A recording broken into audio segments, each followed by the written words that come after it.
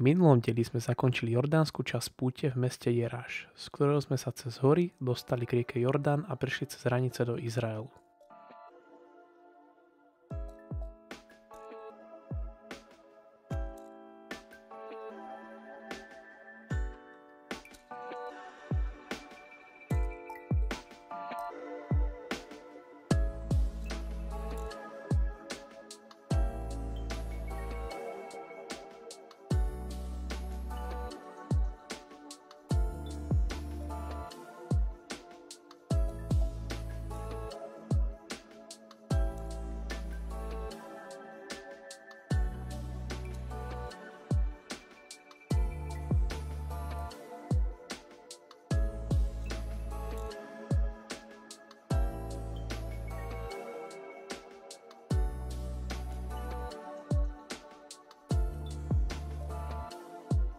Našou prvou zastávkou bolo mesto Kána Galilejská, miesto, v ktorom Ježiš vykonal svoj prvý zázrak, premenil veľké množstvo vody na víno počas svadobnej hostiny. Súčasťou našej návštevy bola aj omša, počas ktorej sa obnovali manželské sľuby a nasledovala prehliadka areálu, kde sme videli aj originálne nádoby na víno.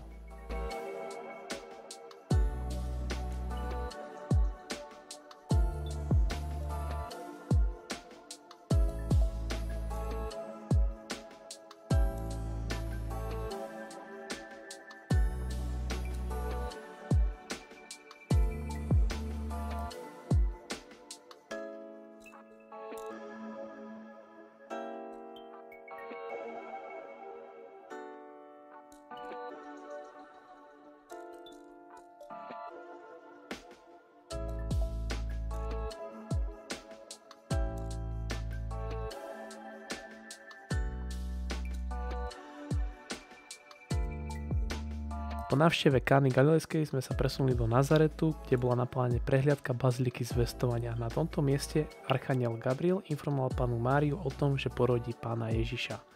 Areál okrem dominantnej baziliky tvoria aj mozaiky s kresťanskými motívmi, ktoré darovali rôzne krajiny sveta vrátane Slovenska.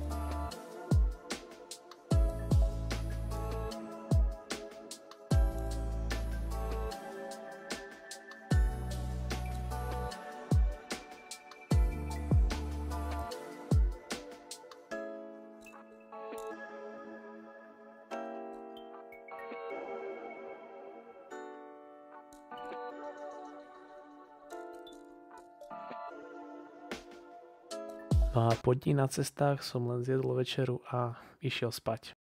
Teda, aspoň chcel som. Toto sme, prosím, pekne počúvali celú noc.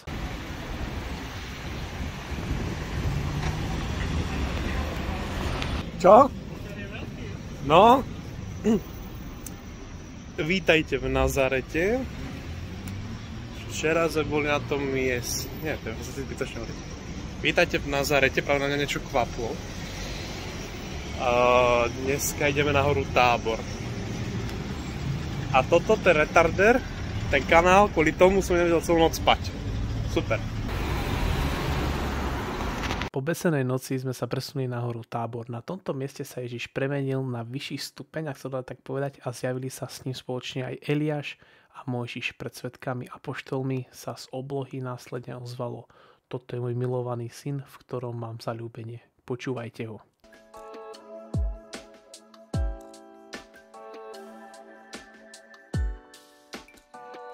To by bolo trošku historické okienko. V súčasnosti sa na vrchu Tábor nachádzajú kláštory a kostol Premenia Pána, v ktorom sme mali následne omšu.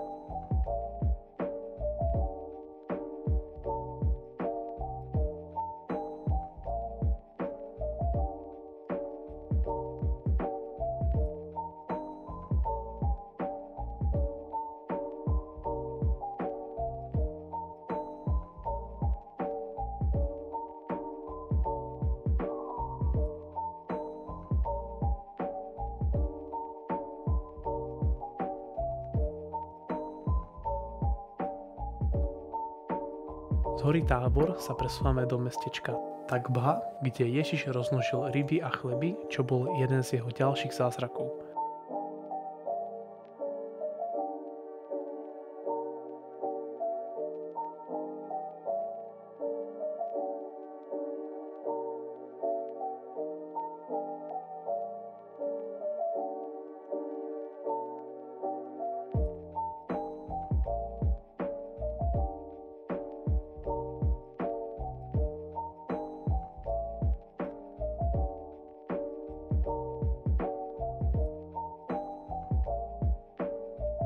Ak som to nehovoril ešte po voiceoveri, alebo nejako tak sme na mieste, kde bol ten zázrak s 2 rybami a 4 chlebmi. Je to takýto kostolík. A najväčší skok, čo sa týka Jordánska a Izraelu, je to, že Izrael je o mnoho zelenší, aspoň tuto na severe. A tak.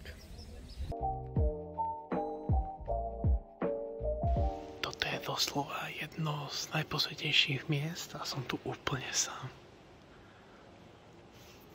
Čiže ak idete v nejakých takýchto tých skupinkách, treba počkať a využiť ten rozchod na to, aby ste tu išli. Tak pozrite na to. Celý kostol sám pre seba.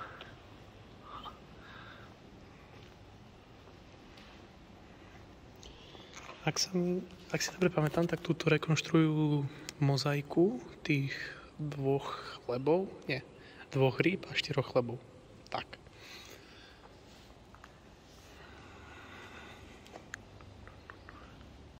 V okolí Takby sa nachádza aj hora Blahoslavenstiev a mesto Kafarnaum. V tomto meste Ježiš začínal svoje pôsobenie, kde kázal v miestnej synagóge.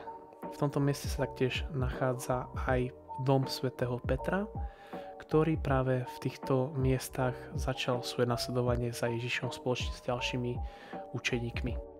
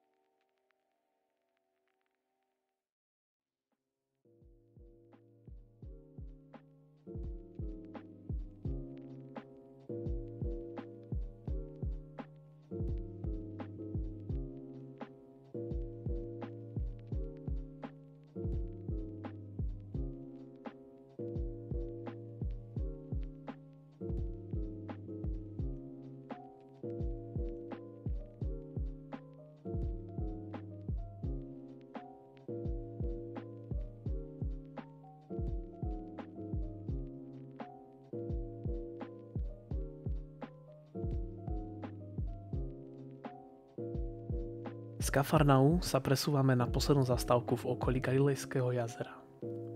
Hora blahoslavenstiev, miesto, kde Ježiš vyslovil, ak to poznáte z kostola, blahoslavení tí, ktorí, tak na tomto mieste to vyslovil.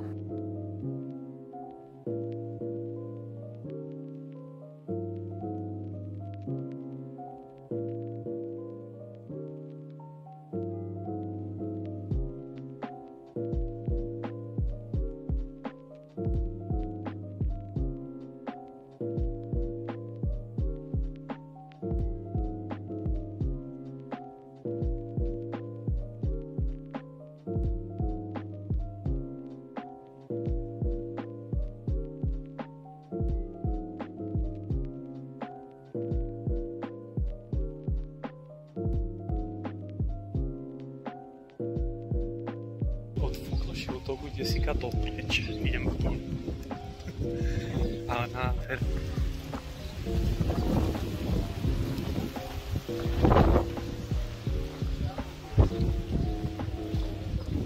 No, to je.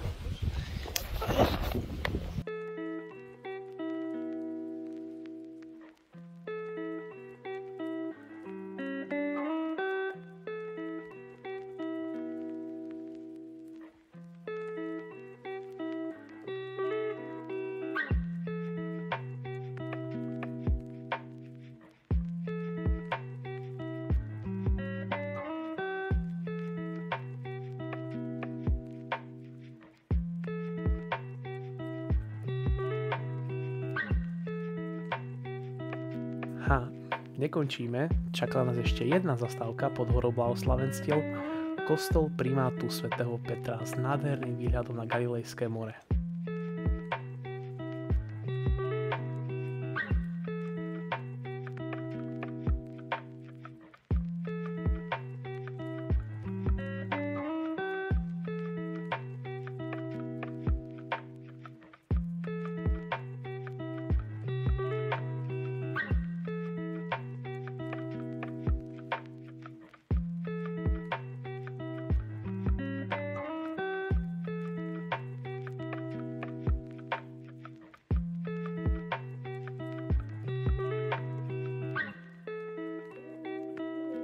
No a zo severného Izraelu, konkrétne severnej Galilei, sme prešli autobusom hlbšie už do oblasti Palestíny.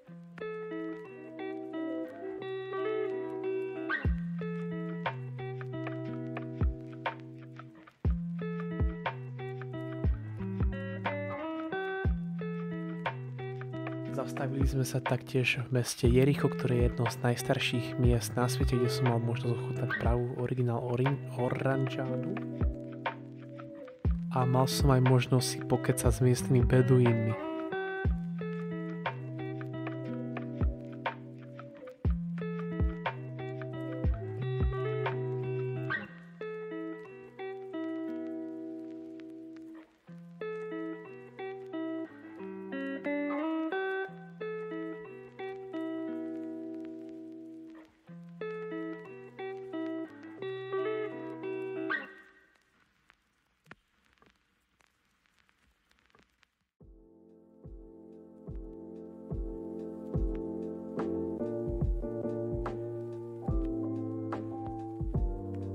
Ku večeru sme sa už priblížili ku nášmu cieľu cesty, ktorým bolo mesto Jeruzalém. Ešte pred začiatkom mesta sme si dali vstúpať trošku menší závod s kolegami z priemyslu turistického.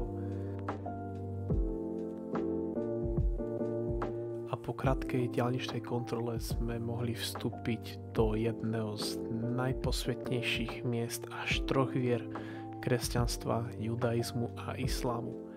Ale o tom na budúce dajte like, odber, komentár. My už sa blížime ku koncu videa, tu máte ešte nejakých pár záberov z Jeruzalému, z prvých momentov, okamihov mojich v tomto meste. Ako spomínal, dajte like, odber, komentár. Pamiatky v Jeruzaléme a aj kúpanie v mŕtvom mori si necháme na budúci diel. Buďte pripravení a majte ešte pekný zvyšok dňa. Ahojte.